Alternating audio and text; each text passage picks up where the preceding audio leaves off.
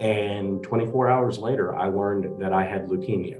So in a period of 48 hours, I go from being a tired middle-aged dude to you've got cancer.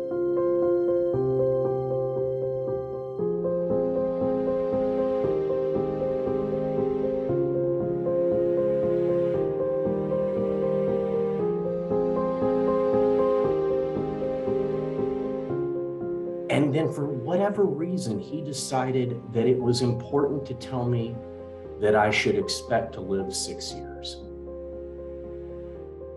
And that's when I stopped breathing heavily. I'm like, okay. And I looked at my wife, Penny, and I said, and he's fired. Wait, what? He's fired. I'm not going to work with anybody who's putting an end game on my life right now. From a very young age, I have been a public speaker, loved being on the stage and connecting with people. And that's one of the things that gives me a ton of pleasure. So I continue doing it to this day. As far as the best part about me, I think I have the most awesome daughters and awesome wife in the entire world. My family has been absolutely wonderful throughout this, well, okay, we'll call it a journey. It's not a journey, it's a pain in the butt. They've been absolutely great. And I love the fact that we have so much closer of a relationship now. And I'm going to say that's partly due to CLL. I love that. And I think this is going to be a theme people will see, that you've been thrown a lot of things, curveballs here and there, but you've somehow been able to figure out how to, hit that ball out of the park or figure out how to, see the best of it and keep going. So let's dive right into it. I know this has been 12 years for you in terms of living with CLL. So let's rewind to that very beginning part. I know you mentioned, back in 2008, 2010 timeframe, you didn't really think much of anything. You were feeling a lot of tiredness, but you were like, I'm just working a lot, right? Right. So I was in my mid 40s at that time, and I just thought things were normal. I had some family history of some issues, some high blood pressure, some high cholesterol, and I was seeing my doctor regularly to keep that managed and under control. And I like to use the term being a compliant patient, following those instructions. Really didn't notice that symptoms that I was having were out of the ordinary. I love Thai food and I eat a lot of Thai food. And so occasionally I would get night sweats, and I was thinking, hey, that's just eating too much spicy food before I go to bed. And I was tired all the time. And I'm like, okay, this is what it's like to be male hitting midlife and you run out of energy. It turned out that was wrong. And I'm very fortunate that my GP, who I still see every 90 days, was keeping tabs on things. And he said, look, something's wrong. I don't know what that something is. So I'm going to get a pinch hitter, and I'd like you to go see a hematologist, and let's find out what's going on. And that's what I did. And that started all of this. So first though, when you heard, I don't know if the doctor had said like hematologist or whatever it was specifically, what was the first indicator to you that this is something very serious? And do you remember how you felt during that time? Unfortunately, I remember exactly how I felt throughout that entire process, because it was a part of my life where everything changed in a very compressed period of time. So my GP says, I need you to go see a hematologist. And I'm like, hey, no problem. I see specialists all the time. He goes, I'm going to make the appointment for you. Okay, fine. The appointment was made for the next day. Great, not a problem. I was doing okay right until I got into the hematologist's office. I didn't think that cancer was a possibility. I didn't think anything major. It was, my doc wants to check off some boxes. But when I walked into the hematologist's office, everybody in there was old, ugly, and sick. And that's what it looked like to me. Now, I realize that sounds like a generalization, but I'm thinking to myself, what in the heck are you doing in this office? And got ushered into the back, and the hematologist looks over the blood test results that my doctor had sent over, and he says, nope, I want to do this myself. So they draw some blood, and he goes, nope, this is not good. I need you to come in tomorrow, bring your wife, she'll have to drive you home. We're going to do a bone marrow biopsy. I can give you a really detailed description of what a bone marrow biopsy is, and I guarantee you, you'll feel it after I tell the story. But the top line didn't read is they lay you down on your belly and they shove a corkscrew in your hip and they pull out a bunch of tissue. And 24 hours later, I learned that I had leukemia.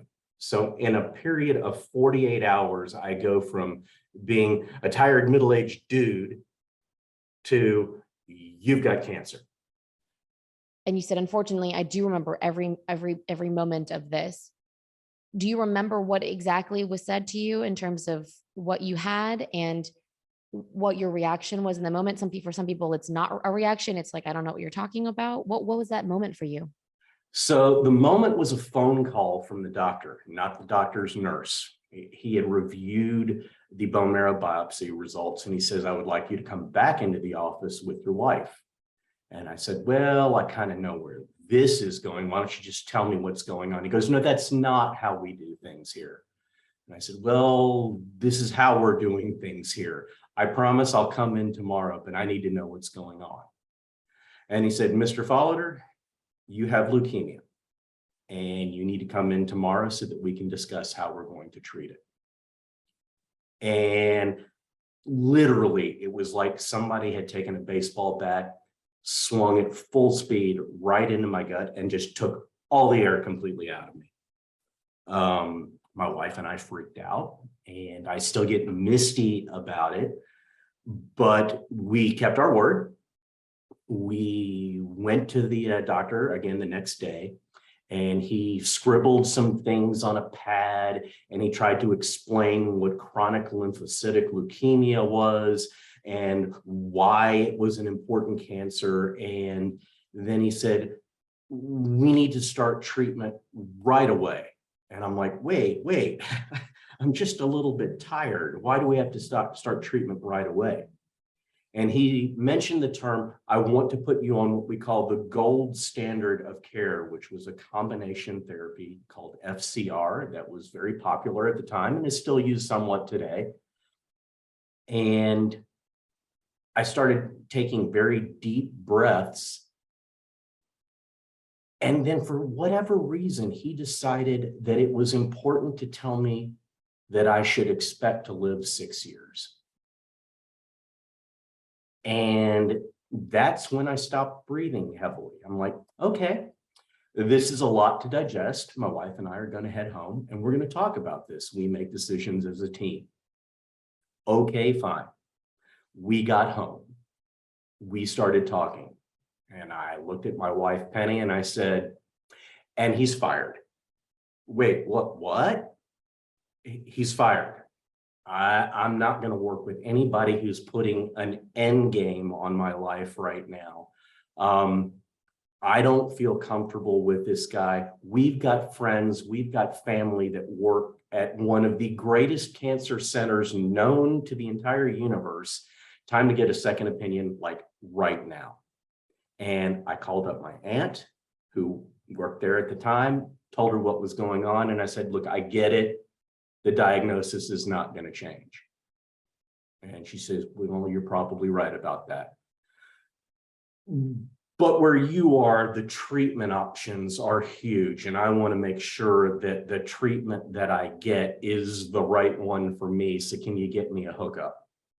And it's very bizarre for a mid-40s somebody to be asking a mid-60s aunt to get me a hookup. I need to see the right doctor. But that's exactly what she did.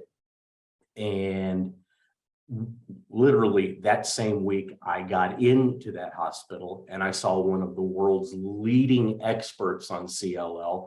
and my entire trajectory, it changed for the better. I love that you're highlighting all these things because you're showcasing what that self advocacy looks like from the very get go. And for a lot of people, that's not something that comes to them right away. There's still a paradigm of doctor knows best. And a lot of people Right. who would just say, okay, FCR, here we go. Oh, 6 years. Well, that sounds terrible, but I guess this is my doctor. Can you describe to people what you mean by, or the concept of firing your doctor? With, I know that you're a very respectful person, and that at this point, it's all about, hey, this is my life, right? I mean, this is Right. Um, Not every doctor has the best training in how to communicate with patients. Some do it much better than others. For me, having a sincere, candid conversation that's not dismissive is crucial to me being able to relate to the doctor, to be able to be that compliant patient. My doctor, that first one, had basically already written me off. So in my playbook, that wasn't going to work. In the communities that I help lead, that I help advocate for, we tell everyone, your doctor can be great, but you have to get a CLL specialist on your team. He doesn't have to play the lead. She doesn't have to play the lead, but you owe it to yourself to get a CLL specialist as part of the team, because even though your local guy, your local hematologist, even though they may mean well, they're seeing every type of blood cancer patient. A CLL specialist, that's it. That's all they do is CLL. And getting that perspective can be life-changing, mind-changing.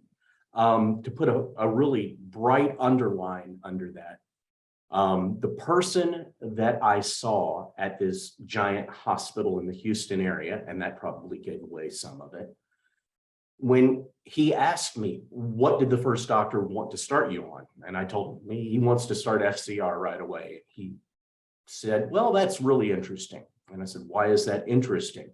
He said, well, I helped invent the FCR treatment. I know all about the FCR treatment. It's a really good treatment. And yeah, he's right. It's a gold standard, but it's not right for you. And I took a really deep breath and I'm like, okay, this doctor is really out there in terms of how big his ego is. I invented it. That's kind of cool. But he was able to bring me down to a calmer place. We're not going to do that because I don't think it's right for you. And I'm like, what is? And he literally picked me up off the chair, gave me a hug, and he said, look, you may die with this. You're not going to die from this. What we're going to do now is absolutely nothing. And I'm like, oh, hold on a second. It's cancer. We've got the early diagnosis. Wait, what about the whole program? Find it early, attack it hard, go after it, then go live your life. He goes, yeah, sorry, not how this disease works. We're going to keep eyes on you. We're going to keep eyes on your blood. We're going to keep eyes on your symptoms. We're going to keep eyes on how is Jeff doing? How is Jeff living? We are here to help you have the best possible life. So we're going to monitor closely. And when it's time, we're going to treat you with the best thing that's available for you at that moment. That's exactly what I needed to hear. That's the kind of doctor relationship that I needed. Tell me what's going on. Don't pull any punches. Make it personalized. At least connect with me as a human being to make sure that I understand you get it. Living a great life is important. Man, that was a big deal. Now, he also picked my wife up out of her chair and hugged her, and she was like, wait, why am I getting this hug? But be that as it may. You went to MD Anderson. It's a very, well-known player in the cancer space in terms of Yep. specialists in different fields, CLL being one of them. And so I want to first say you did have a hookup, as you called it, an aunt who works there or worked Hmm. there at the time. But this is now accessible in terms of at least reaching out to an institution like that. You don't need a hookup. You may, No. and I want to highlight this because there's also a relationship where some people may not be able to drive easily to a place that's a center of excellence like that. And in that case, there are ways of around that. You can work with your local team and with a specialist. And that's a pretty common setup too, right, Jeff? That is a very common setup. Sure, there are great cancer centers all over the United States, all over the world, actually. And a lot of them are just doing, I mean, amazing research and doing some really cool clinical trials and good work to connect with the CLL community. But they do realize at their core that as hard as we try, as great as some people's insurance is, it's just not possible to make that physical trek to a center of excellence, if you will. Most of the professionals that I've talked to in my patient advocacy work refer to it as the quarterback scenario. The local guys, the local gals, they're the team. They're the ones who are meeting you face to face and making sure that your care is done on a regular basis. The CLL specialist absolutely can be seen every now and then or just once to call in a play, to make sure that your local people are on top of what the latest and greatest are. And I know lots of people who do just that, and they're getting great care. The importance of finding that right doctor, there's two things you talked about. One is the CLL specialist, which you already Mhm. did a great job describing why that is. CLL isn't some common cancer, so the general, even hematologist, may not see many cases of that in their year. The other part of that is that connection with that person, Mhm. because the other thing with this is you're living with a chronic cancer. This means this is an ongoing relationship, right? So that's another Yes. part of this. It is something that does have a long-term element. And I'm couching my words very carefully right now, because when I was first diagnosed, nobody used the word cure, was not part of the language of CLL. And here we are a dozen plus years down the line, and for a bunch of subsegments of CLL, the doctors are now starting to toss that word around, cure. So yeah, this could be a long time, but for some of us, that could still be a finite long time. We see the end of that road. So it is really, really important to connect with your doctor as someone that you can get along with. I remember very early on, I was connected with a person on one of the Facebook support groups who wanted to come to the Houston area and meet with the same doctor that I was seeing at MD Anderson. And I thought it was great. And I said, look, I know this is going to be scary because you're coming in from Florida and this, that, the other thing. I tell you what, I can carve out some time. She did the appointment. She came back out and went, well, how did it go? Can't stand him. And I'm like, wait, what? Nope. He and I, nope, this is not going to work. And I'm like, so tell me what you don't like. And she did. Sometimes you don't make that connection the first time. And even if you're seeing one of the greatest CLL specialists in the world, the personalities may not perfectly mesh. So yeah, keep trying. I mean, it may take 1, 2, 3, 4 appointments, but you have to find somebody that you can be comfortable with, because as you said, this is going to be a long-term relationship. Absolutely. Thank you, Jeff. I really appreciate you painting all that picture. And again, that's right. Different personalities, people click differently. And it's Mhm. also individual decision on what you put more emphasis on. If you're okay with seeing someone and you don't quite mesh, but you're okay because you have more confidence, in their abilities to help you, maybe that's a situation too. So I want to shift now, because this whole idea of what they call watch and wait, which is what you were put on right away. Yeah, the patients and their caregivers are not nearly as polite about it. Watch and wait is on the borderline of being sarcastic, because sitting there doing nothing is so 180 degrees from what everybody's been told about cancer for their entire life. So while you're in watch and wait, yeah, you may be watching, yeah, you may be waiting, but you're worrying and you're freaking out about every single solitary thing, because anything that goes wrong, that must be the cancer. That's the CLL kicking in. Ooh, I've got a rash. Ooh, that must be CLL. Ooh, I can't do this. Must be CLL. It becomes like this waterfall that you just can't escape, and it's constantly beating on your head. I do want to talk about this because, and I want to frame this, because this is not specific only to CLL. I now cannot even imagine actually being told, well, yeah, because you have cancer still, but we're just going to sit around and wait until the numbers get to a point where we can't wait any longer or something. So I can't even begin to imagine what that next level is like. Can you explain that? And also shift from that to how you were able to, I don't know, figure it out, get through it? Um, so I think the best word that I can use to describe watch and wait, or, conscientious surveillance, is that it's oppressive.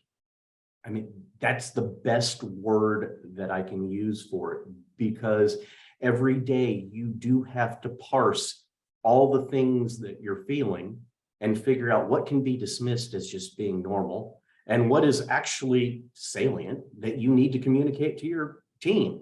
And every time you go to have a meeting with the team, they always tell you, we want to know everything. Don't leave anything out. So, of course, I started this off like every typical male patient ever does. I would go in for my regular appointment. In the beginning, I always brought my wife with me. The nurse practitioner would come in. The first question that was asked, so how are we doing today? And my typical male response was, fine. And I left it at that silence. So you're doing okay? Yeah. And my wife doing this, back and forth. So, man, you want to tell me what's wrong with your husband? And it's learning how to get past the I'm a strong man, I can't show any weakness, to, okay, I got some crap going on. Here's what's happening. What do I need to be worried about? And as we progressed through not just months, but years of that watch and wait, I learned how to be a better communicator with my doctor, with the mid-level practitioners, and with my wife about, okay, this is important, this is not so much. And I can remember the appointment that I had at Anderson when we were going through that evaluation. And I said, yeah, the fatigue is beginning to kick in. And they asked me, well, what does that mean? That means that I'm crashing a lot earlier and a lot harder than I used to, and I'm missing out on some stuff. What do you mean you're missing out? I could usually stick it out, have an extra cup of coffee, maybe throw down a chocolate bar or something like that, and get everything done that I needed to get done. Now, sometimes I go, this is going to have to wait, because I don't have enough gas in the tank. And that's when my team went, okay, it's time for treatment. And I wanted to say, wait, all I had to do was say that earlier and we could have started treatment. No, we needed you to be honest, and you're being honest. And so it was the combination of my blood work and my symptom load and my quality of life, that matrix all came together, and it was time for treatment. I want to talk about just Was there anything in particular you want to laundry list and talk about that helped you from the oppressiveness of being in this period before treatment to being like, okay, was it just time and understanding your body better? What was it to help you not have that so top of mind all the time? So I am sure you and anybody watching this video can probably figure out that I am what most would consider a type A personality. Add on a soupçon of OCD, and you have a really good description of how my life has been. My biggest problem right up until my cancer diagnosis was that I was an inveterate list maker. I would make tons and tons of lists of all the stuff that I had to get done, short-term, mid-term, long-term plans, this, that, the other. That's how type A people are. And the oppression of watch and wait combined with that was not a good mix. As a matter of fact, it was somewhat toxic, and I was getting very frustrated with myself, getting very frustrated with my family, getting frustrated with my cancer, getting frustrated that everything was conspiring to make sure that I didn't get stuff done. And quite frankly, that sucked, because that's not how I had lived my entire life. And I'm not exactly sure what all came together. It was probably about a year into Watch and Wait where I came to the realization that I simply couldn't do it all anymore. It's not that there wasn't enough gas in the tank, it's that I didn't have enough bandwidth to do everything all the time, 24/7 anymore, because things had changed.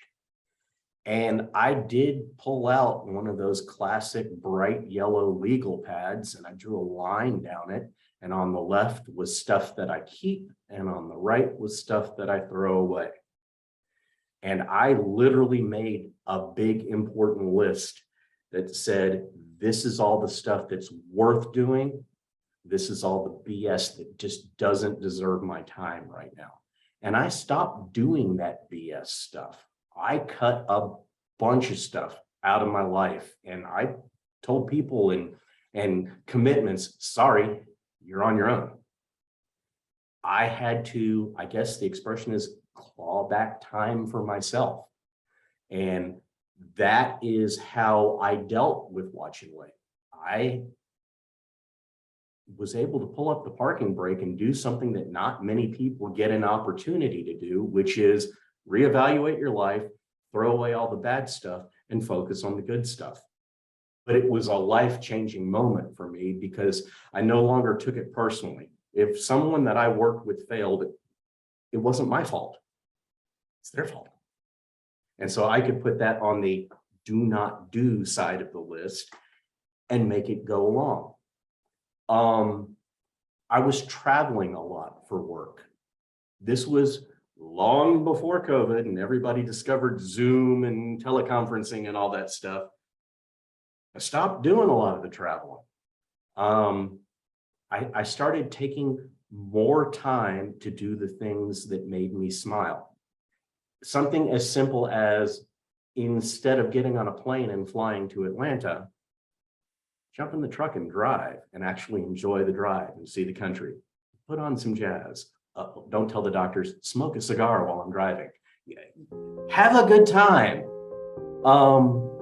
It was a mindset change where the important stuff is important. Let's make sure I have enough energy to do the important stuff instead of shortchanging the important stuff.